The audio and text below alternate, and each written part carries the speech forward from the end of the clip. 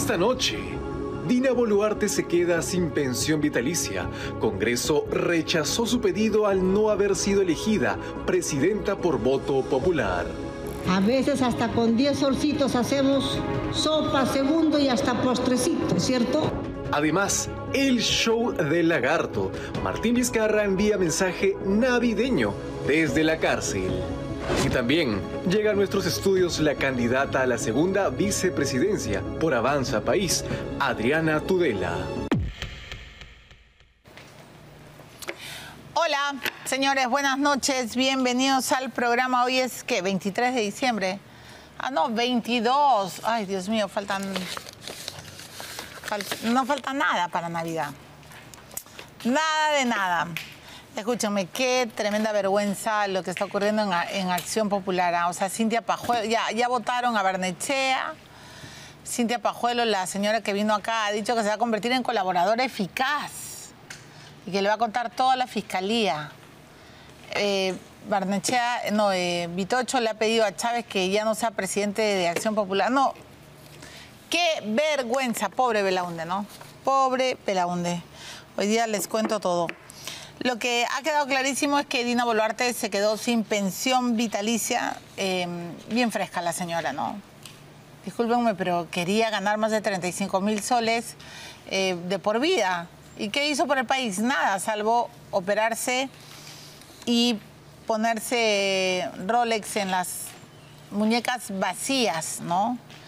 Qué vergüenza, Dina Boluarte. Jamás has debido de pedir eso. Pero bueno, ahí está la respuesta. Te contestaron, no vas a cobrar pensión vitalicia. Lo otro es que Martín Vizcarra. Ay, tienes que poner la música del Chavo. La victimización comenzó, dice que está muy triste. Que, hola, ¿qué tal? Cuando dice hola, ¿qué tal? Me acuerdo del Pionono, ¿no? ¿Se acuerdan? Hola, ¿qué tal? ¿A qué hora vienes? Tú eres mi pionono. ¿Se acuerdan de ese poema que le hizo a la Pinchi... No, iba a decir a la Pinchi Pinchi, por Dios, a Zuli Pinchi. ¿Se acuerdan o no? ¿Se acuerdan? No. Hola, ¿qué tal? Estoy imaginándola hoy, después de varias semanas. Preso injustamente, quiero hablarles desde el corazón. Ya estoy acá por denunciar a los corruptos. ¿Sabes qué? Ya, pues, Martín Vizcarra, estás ahí preso porque eres un corrupto. Porque te han denunciado, te hemos denunciado y hemos logrado hacer justicia. Dice que, bueno, que acepta pagar el precio. Ya, esto es un plan de victimización para que su hermano gane, ¿no? Jura que su hermano va a ganar, que no lo van a doblegar, que la justicia va a prevalecer, por supuesto, usted se va a quedar preso y que se mantiene firme, y que desea felices fiestas de Navidad, que lo va a pasar solo. No lo vas a pasar solo. Ahí está Toledo, está Castillo, está Ollanta, los 4 van a comer panetón. La cena de Nochebuena te la mandará tu esposa o te la mandará Zuli. Te mandarán un pionono. Ay, Martín Vizcarra, ya... Ese plan, esa narrativa de victimización no te la cree nadie, salvo tu hermano. Y tus seguidores, que ¿dónde están la generación recontra Z que el señor Salas, el hermano del fiscal con arete, gritaba? Van a salir, ¿dónde están? Comiendo panetón. ¿Dónde estás, Alejandro Salas? ¿Irás a ver? Pues no, a tu defendido. Me dan vergüenza estos sujetos. Ya, vamos a lo serio, ¿ya? Lo serio es que ha salido la encuesta de Ipsos. Rafael López Aliaga está en 10, ha subido un punto según Ipsos. Keiko se mantiene en 7. Vizcarra ha bajado. Ya, por fin empiezan a sincerar. Vizcarra no va a pasar la valla, está en 5. Álvarez ha bajado a 4. César Acuña está en 3. López Chao tampoco va a pasar la valla. Podemos apostar, Está en 3. Lescano aparece con su megáfono, está en 2. Carlos Espada está en 2. José Luna Gálvez está en 2. José Luna Gálvez y el odioso y el rabioso de su vicepresidente Noblecía, ¿no? Está en 2. Rafael Belaunde está en 2. Bueno, dicen que este intento de asalto podía catapultarlo, pero siguen 2. Ahora, José Williams por Avanza País está en otros, pero ya está encabezando. Yo creo, es mi opinión, ¿no? Yo creo que José Williams va a subir. Porque además, discúlpenme, tiene a una vicepresidenta de lujo, ¿no? Adriana Tudela, que es joven. Yo quisiera que fuera más vieja para que ella fuera la candidata, pero ya pues se decidió y ahora es la vice, me parece una de las mejores figuras. Segunda, ella va a la segunda vicepresidencia. La primera está Fernán Altuve, ¿no? Ya salió la plancha de Avanza País. Adriana, ahí está la intención de voto. Y Avanza recién está en otros. Bueno, muy bien, Adriana Josefina Tudela Gutiérrez, 38 años, abogada política peruana, nació en España, pero ella, por supuesto, está inscrita en el consulado, es peruana y además ha sido elegida congresista por Avanza País en este periodo. Es considerada una de las mejores parlamentarias, yo pienso lo mismo, con su compañero de bancada, Alejandro Cabero. Ella fue una de las que más se enfrentó a la Asamblea Constituyente que promovían los de la izquierda más bruta y achorada. Y ahora es candidata a la segunda vicepresidencia y va a tentar la reelección en la Cámara de Diputados por Avanza País con el número 1. Bienvenida, Adriana. ¿Cómo está usted? ¿Cómo estás, Milagro? Buenas noches. Le agradezco su presencia. ¿Cuánto le costó decidirse? Porque yo me acuerdo haberle preguntado varias veces si en algún momento iba a la presidencia. Usted me dijo que todavía no estaba preparada, pero sorpresivamente integra la plancha presidencial del general Williams. ¿Quién la convenció? ¿Cómo sucedió este cambio? Bueno, la decisión que yo he tomado responde fundamentalmente a un cambio de estrategia por parte de mi partido, de Avanza País, a raíz de la salida de Philip Butters y de la entrada del general Williams como el candidato presidencial. Digamos, ese cambio o esa reconfiguración en la plancha exigía un cambio en la estrategia también para la campaña y es por ese motivo que tanto el general Williams como desde el partido se me plantea nuevamente la posibilidad de estar en la plancha y luego de evaluarlo acepto. ¿Le consultó a su padre, que ha sido también, bueno, pues ha tenido un alto cargo, ¿no? En tiempos de Fujimori, ¿le consultó? Bueno, sí, es algo que evidentemente he conversado con él, ¿no? Sí. ¿Le dio algún consejo? Bueno, mi papá me dijo que sí, que él consideraba que era algo que tenía que aceptar. ¿Y Butters, en algún momento, cuando él fue candidato, le pidió también estar en su plancha? Bueno, la posibilidad de que yo esté en la plancha fue algo que se planteó dentro del partido hace ya algunos, yo diría que hace un par de años, desde el principio, ¿no? Entonces, siempre fue una posibilidad que se barajó. Sin embargo, inicialmente, dado que Philip Butters gozaba de un enorme reconocimiento, mucho en Lima, pero también a nivel nacional, digamos, no se consideró necesario que yo estuviera en la plancha y yo consideré que podía aportar tal vez más a la campaña liderando la lista en Lima, cosa que todavía estoy haciendo. Tengo el número 1 en la Cámara de Diputados por Lima. Sin embargo, con este cambio, esta reconfiguración en la plancha, donde, digamos, el reconocimiento en Lima tal vez y a nivel nacional es menor, hemos decidido reenfocar el voto en Lima, o concentrarnos un poco más en lograr una votación alta en Lima, que además creo que es fundamental para cualquier partido que pretenda pasar a segunda vuelta, ¿no? Pero entonces, ¿no fue que usted no quería aceptar a Butters? No, mi decisión no ha tenido ninguna motivación personal. No se ha tratado de las personas, sino de la estrategia que implicaba cada una de las dos planchas, ¿no? ¿Y usted cree, congresista Tudela, que esta animadversión, esta mala recepción, si cabe la palabra, que tuvo Butters en Puno, mató su candidatura? ¿Cree que él se expuso demasiado en las entrevistas en podcast, insultando, digamos, bueno, fiel a su estilo, ¿no? Dividiendo. ¿Qué cree que pasó con la candidatura de Butters? Le hago esta pregunta, si se quiere, forense, ¿no? Para luego pasar a hablar de lo actual. Pero sí me gustaría saber qué se discutió en la interna de su partido. ¿Qué pasó con el candidato Butters? Bueno, yo creo que lo que pasó en Puno no fue otra cosa que una emboscada en contra de Philip Patros, ¿no? Por parte de grupos violentos que tienen secuestrada la región y que justifican el uso de la violencia para callar a las personas que piensan distinto. Y eso fue lo que ocurrió en el caso de Philip. Y yo creo que es lamentable que hayan grupos dentro del escenario político que hayan aprovechado eso para atacarlo a él personalmente. Yo no creo que eso haya tenido mayor impacto en la decisión que él ha tomado. Pero creo que es lamentable que se haya aprovechado el uso de la violencia para atacarlo a él personalmente, porque además yo creo que él es una persona que dio la cara cuando muy pocos daban la cara y que se compró el pleito de defender la democracia en un momento en que era necesario hacerlo, ¿no? Y entonces, ¿por qué cree que renuncia? Porque él habla en su carta de que no tuvo suficiente soporte estratégico ni estructural dentro del partido, ¿no? Que no había una organización nacional y que así no se podía avanzar en una campaña.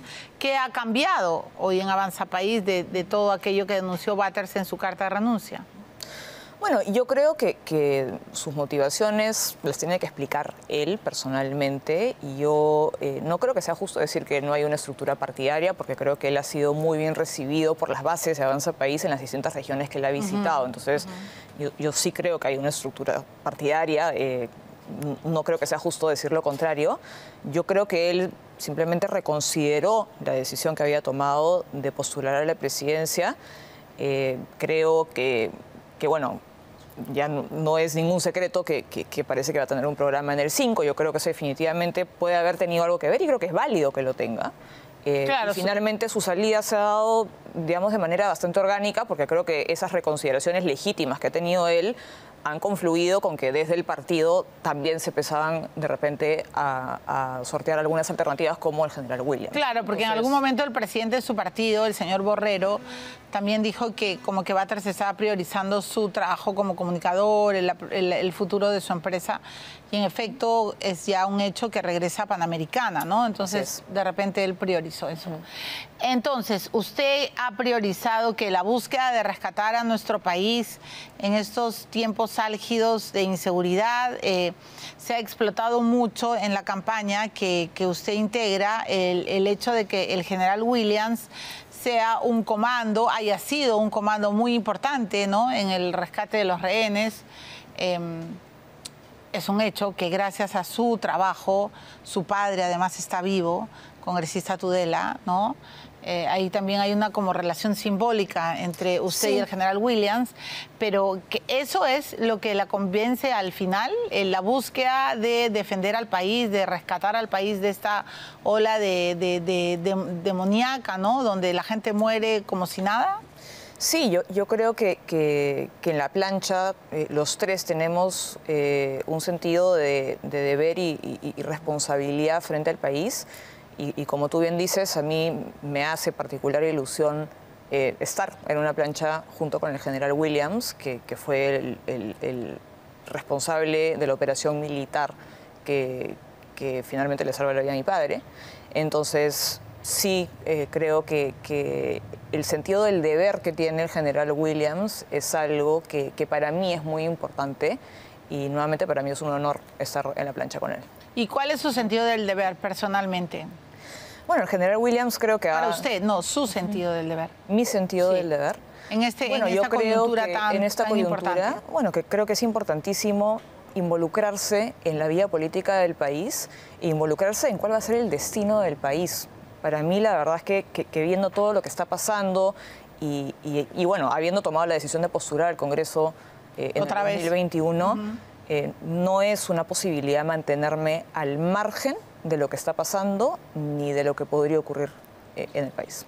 Ahora, están atrás, ¿no? Digamos, yo creo, y todos los que hemos cubierto campañas electorales sabemos que recién en enero podemos hablar de fotos que nos van a llevar a una arremetida final. Pero en este momento ustedes están en otros, ¿no? Ni siquiera en el 1%, digamos. Y claro, tienen la roca en el zapato añadida de que han cambiado de candidato presidencial. Pero Williams no es un cualquiera, ha sido presidente del Congreso, en efecto es un comando heroico, ¿no es cierto? Es un militar con muchos galardones y hoy son 2 militares en carrera, él y Quiabra. ¿Por qué tendríamos que votar los peruanos, congresista Tudela, por ustedes? ¿Por qué? Y le hago la pregunta desde la impotencia más grande, ¿no? Porque, a ver, los últimos años han sido una caída una tras otra, ¿no? Gente que nos ha decepcionado. Usted es una de las pocas consecuentes que hemos visto. No ha cambiado su perfil en todos estos 5 años, pese a que también le ha caído de todo, ¿no? Con la ley del cine sobre todo. Me gustaría ahora que también nos aclare qué piensa hacer desde la lucha cultural, desde su propuesta para impulsar el movimiento cultural. Pero ¿por qué tendríamos que confiar en Avanza País? Bueno, el general Williams es una persona que a lo largo de su carrera y de su trayectoria ha demostrado un absoluto compromiso con el país. O sea, él ha dedicado su vida a servir al país y a lo largo de su carrera ha tomado decisiones sumamente difíciles de tomar en momentos críticos para el país. Por ejemplo. Porque no solamente lideró militarmente la operación Chavín de Huántar, también peleó en la guerra del Cenepa, fue quien captura Antauro luego del Andahualazo. Y no solamente en su vida militar, sino que también en su vida política, porque él fue presidente del Congreso en el momento en el que Pedro Castillo da el golpe de Estado. Y es gracias a la decisión del general Williams que logramos sacar adelante la votación y lograr los votos de la vacancia en un momento en el cual nadie sabía cuál iba a ser el resultado de ese golpe de Estado. Es decir, no teníamos los votos de la vacancia asegurados. Podríamos haber fracasado en el intento de vacar a Pedro Castillo luego de que dio el golpe de Estado. Entonces, tomar esa decisión en un momento tan álgido, tan tenso, sin saber si íbamos a poder vacarlo o no, demuestra no solamente firmeza de su parte, sino mucha valentía. Entonces, lo que tienen en común todas estas decisiones, que además han sido exitosas, han tenido un impacto positivo en la vida de los peruanos, lo que tienen en común es que ha logrado en estos momentos críticos restablecer el Estado de Derecho y restablecer el principio de autoridad. Entonces, el general Williams es una persona muy humilde. Todas estas cosas que yo te estoy diciendo ahora no son cosas de las cuales él esté constantemente hablando ni alardeando. Porque para él simplemente está cumpliendo con su deber. Y yo creo que eso habla muy bien del general Williams, porque él no está persiguiendo la presidencia por ego, no está persiguiendo la presidencia por decir que ya tuvo el cargo, ni por hacer un check más en su checklist, sino que está persiguiendo la presidencia porque considera que en el contexto de crisis que estamos viviendo es su deber volver a tomar decisiones difíciles de tomar, pero que son absolutamente necesarias para restablecer el principio de autoridad y el Estado de Derecho, cosa que ya ha hecho demostradamente a lo largo de su carrera. Entonces yo considero que él es un excelente candidato. Y si llegan a ganar y entran a Palacio de Gobierno, ¿cuáles van a ser las 3 medidas principales que van a tomar en los primeros 100 días que nos permitan creer que sí se puede retomar la seguridad y que podemos volver a vivir en un país, digamos, pacificado? Bueno, nosotros planteamos restablecer el principio de autoridad, lo cual quiere decir que vamos a usar la fuerza de la ley, vamos a usar la fuerza de la Constitución. Para eso le estamos pidiendo la fuerza de la mayoría, estamos pidiendo los votos de la ciudadanía para poder enfrentar a los 3 grandes enemigos que estamos enfrentando en este momento, que es la ilegalidad, la corrupción y las burocracias enquistadas en el poder. Y para eso hay una serie de medidas que tienen que implementarse. Podemos hablar de la simplificación del Estado, podemos hablar de un shock de inversiones, podemos hablar nuevamente simplemente de restablecer el principio de autoridad, porque lo que hemos venido viviendo durante la última década es estar en manos de un establishment político, de una clase política que no ha utilizado la fuerza que le da la ley y que le da la Constitución y que ha creído que había que pedirle permiso a los delincuentes para capturarlos y castigarlos, o que había que pedirle permiso a los burócratas para poder reestructurar el Estado, reducir la burocracia, o que ha transado con la corrupción, que es lo que estamos viendo con el Reinfo ahora, y con la ilegalidad además. Y nosotros no estamos dispuestos a transar con estos 3 grandes enemigos del Perú. Y sabemos que para poder combatirlos es necesaria la fuerza. ¿La fuerza cómo? Porque ustedes han dicho, vamos a hacer un cambio a la fuerza. Y claro, esa frase es bien, puede ser leída y asumida de dos maneras, ¿no? Un cambio por las buenas o por las malas, instalando un principio de autoridad bajo el imperio de la ley, pero usando las Fuerzas Armadas, evidentemente. Un cambio a la fuerza porque ya es insostenible lo que estamos viviendo y bueno, podemos hacer una lectura semántica en 1000 variantes, pero explíquenos bien qué significa un cambio a la fuerza. No estamos hablando de usar a las Fuerzas Armadas, estamos hablando de aplicar la ley sin tener que pedir permiso para aplicar la ley, porque un Estado de derecho, un Estado constitucional de derecho necesita del uso legítimo de la fuerza y de la imposición de la ley para poder existir. Entonces, pero lo que estamos planteando y más claridad y lo que para decimos entender a la fuerza es porque es necesaria la fuerza para implementar los cambios que son necesarios y contra los enemigos del Perú va a ser necesario el uso de la fuerza.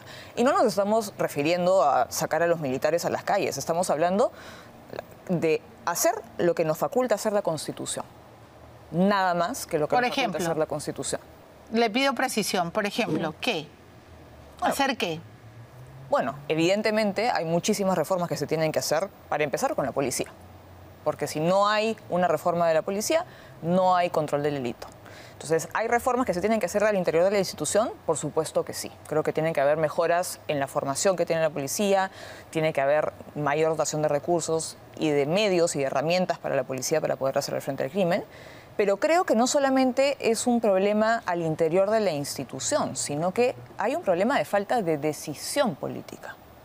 Hay un problema de falta de firmeza, nuevamente, porque durante la última década el establishment político y la clase política ha tenido miedo de utilizar la fuerza que la ley y que la Constitución le da. Entonces, eso es lo que nosotros no tenemos miedo de hacer. Entonces, podemos discutir mucho sobre las reformas y cambios legales concretos que se pueden hacer dentro de la institución, pero creo que el problema de fondo, el que hemos estado viviendo durante la última década, es que hemos tenido un establishment político que ha tenido miedo de aplicar la ley y utilizar la fuerza que la Constitución le da y que se ha dedicado básicamente a copar cuotas de poder o espacios de poder a favor de ellos mismos. Hemos tenido una política para los políticos y no una política para los ciudadanos. Hemos visto cómo nuestra clase política básicamente se ha dedicado a pelearse por cuotas de poder para utilizar el Estado como una agencia de empleos, por ejemplo, para copar ciertas instituciones y utilizarlas a favor de los propios partidos, sin tener principios, sin tener una visión de país, sin pensar en el beneficio de los ciudadanos ni en generar desarrollo para el país. Y es eso lo que nosotros queremos cambiar, porque creemos que el Estado y las instituciones tienen que estar a favor del ciudadano. No le estamos pidiendo a la ciudadanía que nos dé más poder para beneficiarnos a nosotros e incrementar cada vez nuestro poder. Nosotros creemos en que el poder tiene que ser limitado. Queremos que el Estado tenga funciones claramente delimitadas, porque mientras más abarca un Estado y más funciones tiene y más grande es, más poder podrá tener sobre los ciudadanos y además funciona mal. Y cuando habla de simplificación del Estado, ¿qué, por ejemplo? ¿Reducir ministerios? ¿Cuáles son las alternativas que nos propone Avanza País para votar? Por supuesto, tiene que haber una simplificación total, no solamente en términos de reducción de ministerios. Yo estoy segura que deben haber decenas de programas sociales que se replican en un ministerio y en otro. O sea, definitivamente tiene que haber una reevaluación de cómo están funcionando los ministerios, qué programas se replican en más de un ministerio o programas que se dedican al mismo objetivo, y en función a eso hacer una reducción de la burocracia. Eso puede pasar por unir ministerios, por eliminar ministerios, por supuesto. Pero creo que es importante ¿Han pensado entender... en eso? ¿En cuántos ministerios, a cuántos quieren llegar? Porque habla, por ejemplo, de 6 a máximo 8, ¿no? Pero él dice que hay que fusionar. No quiere dar su estrategia, pero él dice que todo lo que tiene que ver con bienestar, con ministerios, con sectores que tienen que ver con la mujer, con la familia, ¿no? Con los programas sociales tienen que fusionarse. ¿Usted qué piensa? Sí, bueno, pero digamos, si uno fusiona 2 ministerios en uno, pero no reevalúa qué es lo que está haciendo el ministerio, no se reevalúa cada una de las dependencias de ese ministerio, ni el tamaño de la planilla, de nada sirve fusionar los ministerios. Entonces, nosotros lo que queremos hacer, más allá de si al final el resultado es fusionar 2 ministerios o eliminar uno, o de repente, digamos, algo que es un ministerio hoy en día, reducirlo de tamaño, lo que nosotros estamos tratando de lograr es que el Estado tenga funciones delimitadas, que no abarque más de lo que está en la capacidad de hacer y ejecutar, porque mientras más grande es el Estado, menos eficiente es en la toma de decisiones, y no solamente menos eficiente es en la toma de decisiones, sino que más difícil es para el ciudadano poder enfrentarse a ese Estado para poder emprender cualquier tipo de proyecto. Entonces, no puede ser que cerca del 80% del presupuesto público se gaste en planillas. Entonces, más allá de hablar de si vamos a reducir el número de ministerios, lo que tenemos que hacer es reducir a la burocracia dentro de esos ministerios y aligerar a la burocracia y las planillas de los ministerios y del Estado en general para poder tener un Estado que pueda tomar decisiones de manera ágil y además transparente, porque algo de lo que no se habla es que el tamaño de la burocracia tiene un efecto directo en la cantidad de corrupción que existe en el país. Mientras más burócratas hay, mientras más ventanillas yo tengo que recorrer para sacar un permiso, mientras más sellitos necesito yo, más oportunidades para la corrupción hay. Entonces, el crecimiento desmedido del Estado durante los últimos 15 o 20 años en el Perú explica de manera directa también el aumento de la corrupción que hay. Total. Ahora, ¿cuántos asesores tiene usted como congresista? ¿Cuántos asesores tengo yo? Bueno, en total en mi oficina, si no me equivoco, somos 7 personas. Porque se habla de que hay congresistas que tienen hasta 12 asesores. Usted es una congresista formada, es abogada, en fin, nadie puede negar de que no sea estudiosa, ¿no? Además, incluso en sus intervenciones en el Congreso, pues uno siente que Adriana Tudela ha estudiado y que por lo menos se ha interesado. Pero un congresista no debería tener 8 asesores, discúlpeme Adriana. Y usted habla de la burocracia y de la simplificación del Estado. Y creo que en el Parlamento también ustedes han abusado. Y yo estoy hablando del Estado en general y el Congreso es parte del Estado. Correcto. Entonces me gustaría escuchar una autocrítica en ese sentido, porque además usted quiere reintentar una votación también a nivel de Parlamento. Y me parece que se han excedido, no solo en la contratación de asesores, en los bonos, ¿no?, millonarios. Bueno, ahora en Navidad creo que ustedes son conscientes de que son de los funcionarios que más ganan, pero sí me preocupa esta sensación que tenemos los ciudadanos de entender que al Congreso puede llegar cualquiera, así no sepa nada, porque va a tener una docena de asesores, o por lo menos 10, o por lo menos 8, que le van a ayudar a entender más o menos cómo funciona el legislativo. ¿Cuál es su autocrítica? A ver, yo creo que el Congreso de la República evidentemente ha aumentado el nivel de gasto que tenía y eso no solamente se debe, en fin, al paso del tiempo, sino que se debe a que la cantidad de personas que trabajan en el Congreso, y no solamente los asesores de confianza de los congresistas, sino el personal digamos, permanente del Congreso, también ha venido creciendo durante los últimos años. Y nuevamente, cuando yo hablo de simplificación del Estado, me refiero a todo el Estado, no estoy excluyendo al Congreso de la República. O sea, yo creo que desde el Congreso de la República también existe el deber de hacer un uso eficiente de los recursos de los ciudadanos. De acuerdo. Eso definitivamente. Ahora, entonces sí considera que ha habido un abuso. Sobre lo segundo, no sé si es un abuso, creo que hay, digamos, un uso ineficiente de los recursos que nuevamente no es de este periodo, sino que viene arrastrándose de varios periodos atrás. Y respecto a lo segundo, de que cualquiera puede llegar al Congreso, creo que también es muy importante decir que no cualquiera llega al Congreso. Los que llegan al Congreso son los que tienen la votación necesaria para llegar al Congreso. Entonces, finalmente creo que está en la ciudadanía, y creo que es importante recordarlo, el poder de decidir quién se sienta en el Congreso y quién no.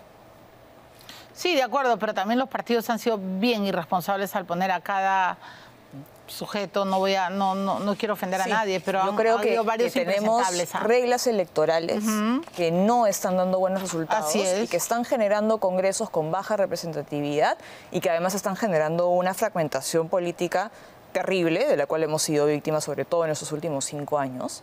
Y por eso es que ya desde mi campaña a la Cámara de Diputados yo voy a insistir con la reforma política que yo considero que es necesaria, porque ya se ha aprobado la bicameralidad, pero creo que hay reformas que son absolutamente necesarias, tanto en nuestro sistema político como en nuestro sistema electoral, justamente para evitar que siga pasando lo que pasa, que es que entran al Congreso congresistas que o han obtenido votaciones muy bajas o simplemente no son personas idóneas para poder ejercer un cargo de representación política. Eso se debe a un poco la forma en la cual elegimos al Congreso. El sistema de representación proporcional, utilizando listas que tienen que presentar los partidos, genera los incentivos para que las listas terminen rellenas de un montón de personas que de repente no son idóneas para poder ejercer un cargo de Tal cual, y si nos política. ponemos Entonces, a decir de que debería haber por lo menos un requisito de haber estudiado algo, de haber terminado bien algún oficio, nos van a sí, decir pero que somos creo que mejor rol o mejor tarea para mejorar la calidad de nuestros representantes pasa por reformar la forma en la que elegimos a los representantes que poner en requisitos. Porque al final uno puede exigir maestrías, doctorados, Sí. y uno puede, digamos, Sí. obtener un cartón. Así es. Y creo que eso no termina siendo garantía real de una buena representación política. Y creo que tenemos que replantearnos por completo la forma en la cual elegimos al Congreso. Por eso yo propongo que elijamos a los congresistas a través de distritos uninominales. Es decir, que las circunscripciones que tenemos hoy en día electorales sean mucho más chicas y que cada partido presente a un candidato por circunscripción y que el que gana es el que llega al Congreso para representar a toda la circunscripción. No hay espacio para el segundo, tercero, no hay arrastre, por lo tanto, no entran congresistas con muy baja representatividad. Me parece bien y ojalá se pueda discutir. Quería, antes de cerrar la entrevista, por favor, Laura, si podemos colocar parte de las escenas de la presentación oficial de Adriana Tudela de su candidatura. Yo sentía que era como muy, pues como que no era alegre Adriana, ¿no? Lo dije y se lo digo también mirándole a los ojos. Yo la respeto mucho a usted, Adriana, pero sentía como que era una decisión, está bien, muy reflexiva, muy pensada, pero como que triste es la palabra, como que creo que también pelear y ganarte el pleito por el Perú tiene que ver con una, ¿no? Como ver ilusiones, como ver fuerzas, porque ¿sabes qué, Adriana? He sentido en los últimos años que la política ha estado tan sucia, tan fea, ¿no? Tan llena de lodo, que mucha gente buena se ha aislado, no ha querido entrar. Usted es una de las pocas que ha dicho, bueno, ya me como el pleito otra vez, pero sí sentía como que no sé si ha sido una percepción, ¿no? Yo creo que es una percepción y finalmente eso entre quería gustos y colores no han escrito no. los autores. Total, No pero sí le considero quiero que preguntar sea por la triste, No es triste. pero sí es un video que pretende transmitir seriedad. Porque hacer política no es algo que uno se pueda tomar a la ligera. Lamentablemente, creo que durante los últimos años hemos visto que hay mucha gente que se toma muy a la ligera entrar a hacer política e incluso postular a la presidencia. Así es. Y eso es algo que desde Avanza País no hacemos. O sea, ni su el general intención- Williams, ni Ajá. yo, ni nadie en Avanza País se toma a la ligera la decisión de tentar la presidencia de este país. Bueno, es una buena aclaración, porque además, Adriana, hoy día he estado viendo y revisando, yo ni siquiera los quiero poner a varios payasos que hacen solo TikToks y empiezan a bailar, a cocinar, como si la política fuera pues una trivialidad o un circo, ¿no? Electoral. Usted nunca le hemos visto en esos menesteres, pero sí, cuando vi su video decía, ¿qué ha pasado? ¿No? Pero entonces es básicamente un mensaje de que esto es algo serio y que hay que tomarlo con eso, con la Por supuesto, espesura del cargo. con seriedad y con responsabilidad. Muy bien.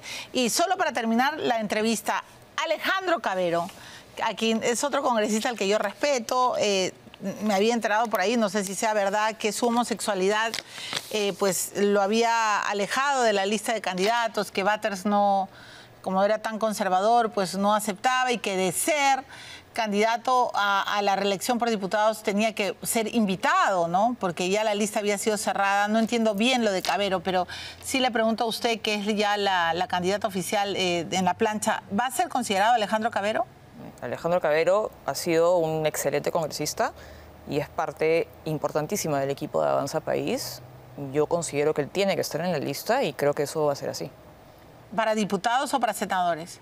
Eso no lo sé porque las Todavía conversaciones no que está teniendo él con el partido Ok. son, digamos... Pero de su parte él conversaciones suyas, está pero más que yo considerado. Considero que tiene que estar y estoy segura que eso terminará siendo así. Esa es una gran noticia, porque él también, como usted, ha puesto los puntos sobre las IES y creo que discriminarlo, ¿no? Por su identidad sexual me parecía pues de terror. Por supuesto. Además, me alegra mucho escucharlo. Bueno, congresista Tudela, le agradezco mucho por haber venido al programa. Le deseo mucha suerte candidatura, nos encontraremos en otros espacios y bueno, que gane el mejor.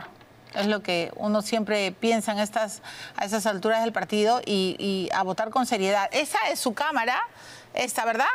Le regalo unos segundos para que se dirija a la ciudadanía y pida el voto por Avanza País. Bueno, nosotros estamos pidiéndole a la ciudadanía que nos den una mayoría para poder aplicar lo que manda la ley, lo que manda la Constitución y poder restablecer el orden, la paz y el principio de autoridad. Nosotros queremos que los peruanos puedan hacer sus proyectos de vida en libertad dentro del Perú, sin tener que irse a ningún otro lado y que podamos estar orgullosos del país en el que vivimos. Muy bien. Muchas gracias. Ha sido Adriana Tudela, candidata a la segunda vicepresidencia por el partido Avanza País. La candidatura la lidera, como ya hemos escuchado, el congresista Williams, el general Williams, que hoy quiere llegar a Palacio. Vamos a ir a la pausa. Gracias, señora Tudela. Pero antes, Dulce Ilusión, Dulce Armonía, los bombones y las cremas surtidas. Es una selección de bombones y pastillas perfectas para estas fechas. La Ibérica es un auténtico chocolate para compartir esta Navidad. Regresamos. Regala auténtico chocolate, dulce ilusión, dulce armonía y bombones cremas surtidas. Una selección de bombones y pastillas perfectas para estas fechas. La Ibérica, auténtico chocolate para compartir esta Navidad.